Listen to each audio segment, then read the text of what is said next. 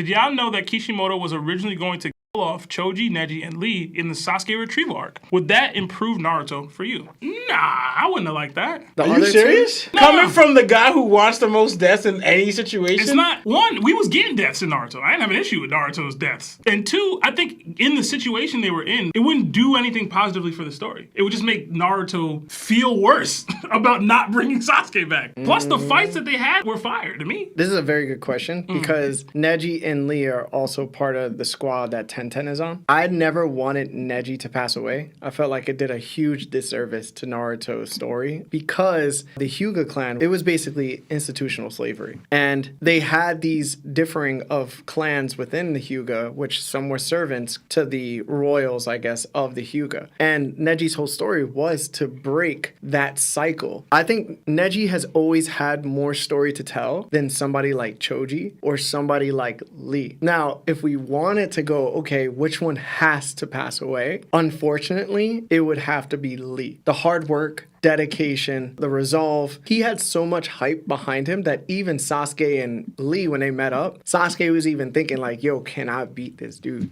And then he probably fought the best sound ninja from that retrieval arc in Kimimaro. After that arc, Lee basically went to the side. And it would have been fire because then it would have led to Guy being a completely different person too, moving forward with Kakashi. And then he would have been able to self-sacrifice. And it would have made sense during the war when he reaches the 8th gate because he wished Lee could have got up to that point. Are you removing Gar from the situation then? Or is he still just getting clipped and Gar is there? Like, how does this work now? Gar comes at the very last second. And he just doesn't make it in time? Yeah. To Lawrence's point, I would probably have liked it in general, but like, I don't know, man. Now you got Naruto with Lee's body on him. But if Lee was to take an L, that would have even changed Neji for the better. Yeah. It would have changed Tenten, who was basically useless up to this point and throughout the entire show for the better. And it would have made Guy more sacrificial towards his students. Larry's convinced me. Take Lee.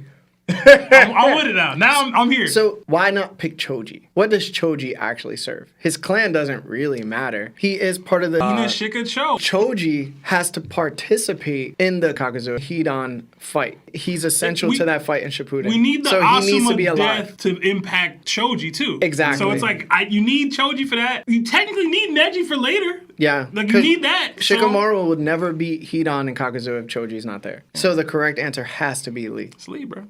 I will say, somebody put in chat, Lee had just recovered from whatever he had gone through. For him to just recover, come through, and then would be insane. Yeah. That's the game. He ninjas, man.